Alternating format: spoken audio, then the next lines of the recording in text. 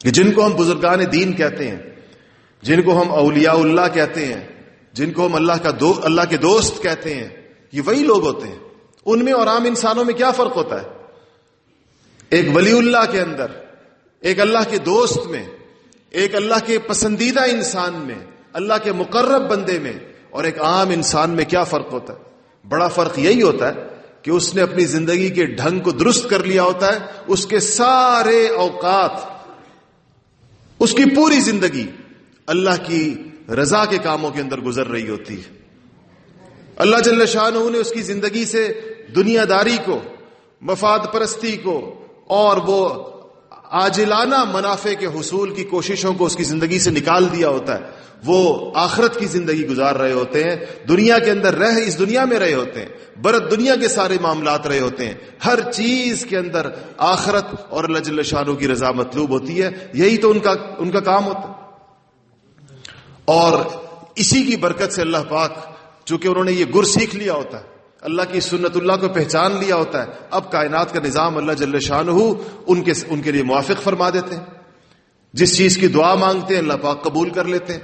جہاں قدم رکھتے ہیں اللہ جل شانہ اس جگہ کو آباد فرما دیتے ہیں، جس کے لیے ہاتھ اٹھا دیتے ہیں اللہ اس کا کام بنا دیتے ہیں، جس کو دعا دے دیتے ہیں اللہ تعالیٰ اس کے مسئلے حل کر دیتے ہیں۔ صاف نظر آتا ہے انسانوں کو کہ اس شخص کے ساتھ یہ کائنات اور پورا نظام اللہ جل شانہ نے اس کے لیے موافق کر دیا، کیونکہ اس نے اللہ کو راضی کر دیا۔ من کان للہ کان اللہ لہ، وہ اللہ کا ہو گیا اللہ اس کا ہو گیا، اور جس کا اللہ ہو جائے اب اس کا کیا غم رہ گیا دنیا میں، اس کی کیا پریشانی رہ گئی؟ اللہ تعالیٰ اپنی قدرت اور طاقت کے ساتھ جس کی پشت پہ کھڑا ہو جائے اس کو دنیا کے اندر کیا مسئلہ ہو سکتا ہے؟ آپ بتائیں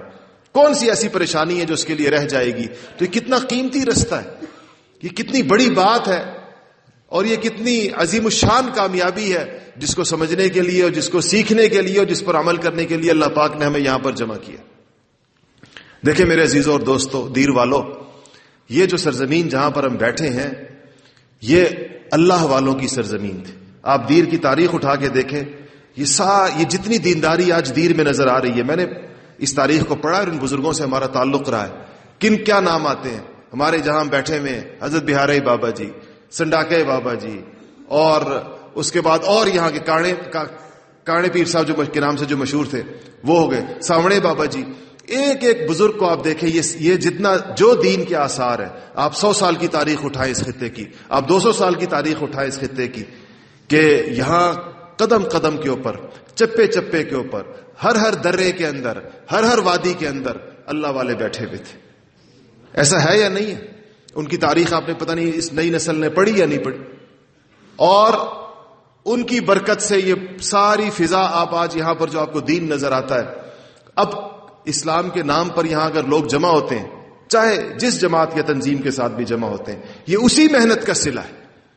یہ اسی کی وجہ ہے کہ یہاں پر لوگوں کے دلوں کے اندر اسلام کی عظمت ہے اور اسلام کے نام کے اوپر لوگ جمع ہوتے ہیں اور اس محنت کو چاہتے ہیں۔ وہ فضا سچی بات ہے، آپ اس پر ناراض نہ ہو اگر میں یہ آپ سے عرض کروں کہ وہ فضا قائم نہیں رہ سکی پچھلے 50 60 70 سالوں کے اندر جس طرح ہونی چاہیے تھی۔ کہاں گئی وہ ساری خانقاہیں،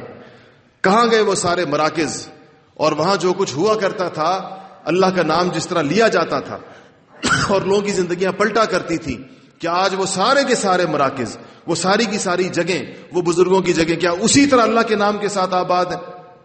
کیا وہاں پر اسی طرح آج لوگوں کی زندگیاں پلٹ رہی ہیں؟ اگر آپ لوگ دیکھیں گے اور آپ غور کریں گے تو آپ محسوس کریں گے کہ اس کے اندر کوتاہی آئی ہے، اس کے اندر کمی آئی ہے۔ تو ان فضاؤں کے اندر میں جب ان علاقوں کے اندر آتا ہوں، میرے دل میں بڑی یہ بات آتی ہے کہ ہم جن بزرگوں کے نام لیوا ہیں، جن سے ہمیں عقیدت اور محبت ہے، جن کی طرف ہم اپنی نسبت کرتے ہیں، ان کے تعلق کی وفاداری کا تقاضا یہ ہے کہ جس درد اور فکر کے اندر ان کی زندگیاں گزری تھی، جس کام کے اندر کو وہ خود کرتے رہے، اپنے متوسلین سے کراتے رہے، اپنے زیر تربیت یافتہ لوگوں سے کراتے رہے، اس فضا کو زندہ کرنا ہماری ذمہ داری ہے،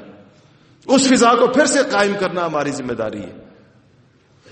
اور اگر ہم اس میں کوتاہی کے مرتکب ہوں گے تو ہم ناقدری کا کرنے والے سمجھے جائیں گے کہ ہم نے اس نعمت کی قدر نہیں کی، جس چیز کو، جس فضا، جس ماحول کو ہم بنا سکتے تھے ہم نے اس کو نہیں بنایا۔ تو یہاں یہ جو ہمارے بزرگوں کی آمد ہوئی ہے، تشریف آوری ہوئی ہے، یہ آپ کے ساتھ آپ کی خدمت میں اسی پیغام کو پہنچانے کے لیے آئے، اسی کی طرف آپ کو متوجہ کرنے کے لیے آئے، ہم آپ کے ساتھ اسی مذاکرے کے لیے اور اس فکر میں باہم شریک ہونے کے لیے آپ کی خدمت میں حاضر ہوئے ہیں کہ اس کے لیے آپ سب کے سب اگر فکر مند ہو جائیں، یہ جتنا مجمع یہاں پر بیٹھا ہوا ہے، اوپر بیٹھا ہے، نیچے بیٹھا ہے، جہاں پر بھی بیٹھا ہوا ہے، ایک ایک فرد اپنی جگہ کے اوپر یہ ہو کہ یہ ہمارے اوپر آنے والی نسلوں کا، یہ ہمارے اوپر ان کا قرض ہے۔